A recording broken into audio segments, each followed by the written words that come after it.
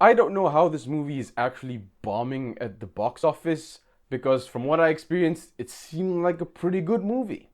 Anyway, let's talk about Furiosa, a Mad Max saga.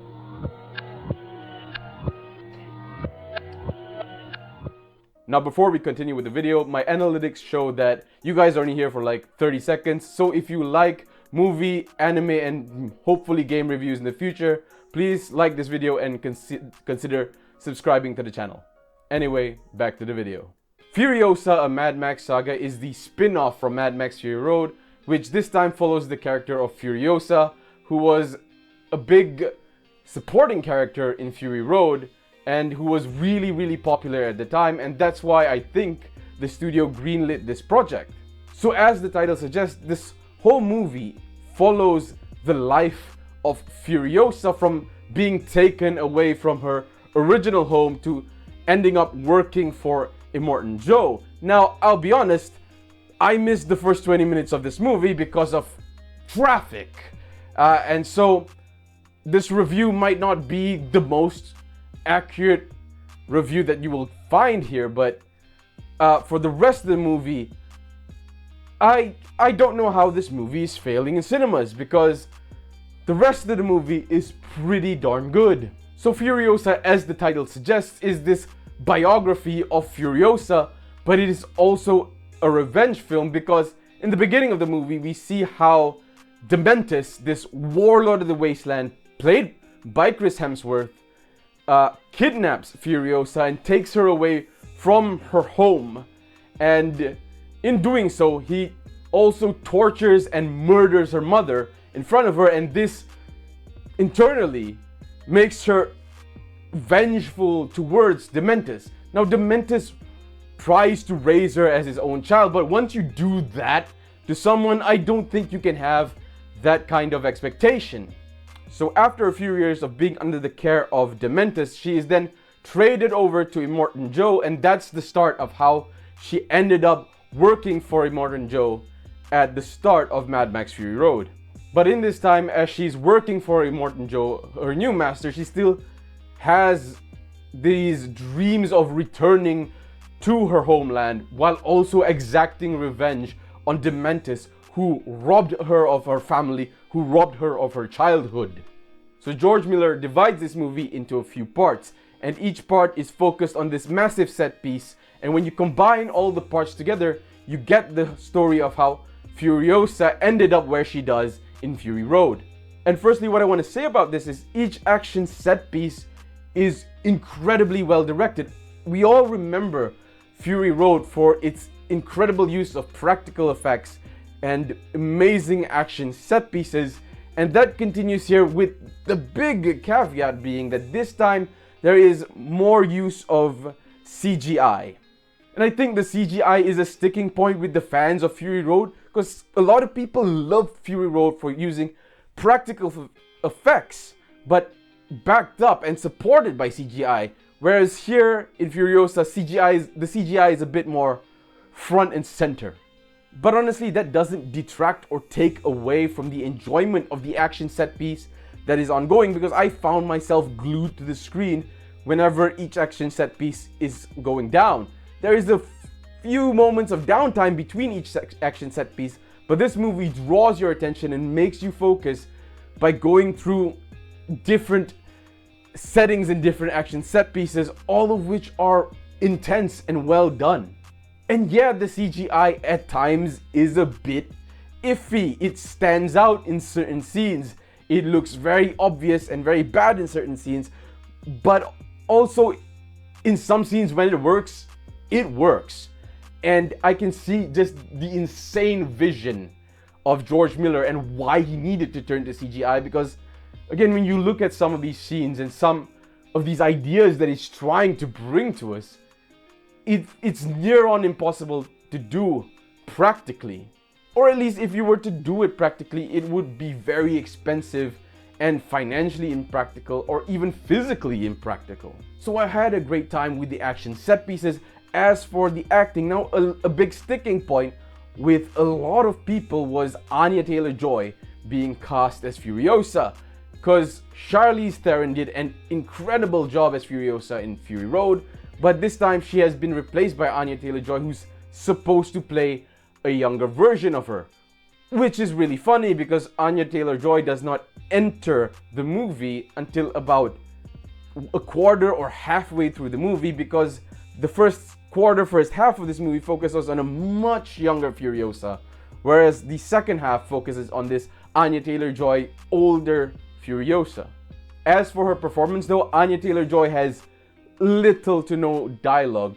Denis Villeneuve and George Miller can shake hands because they want to tell stories visually and do not rely so much on dialogue. So whenever Anya Taylor-Joy speaks, it is only when it is absolutely necessary. Also in this movie, the sort of poster boy for the movie besides Anya Taylor-Joy is Chris Hemsworth, who plays the Mantis, who plays the bad guy in this film.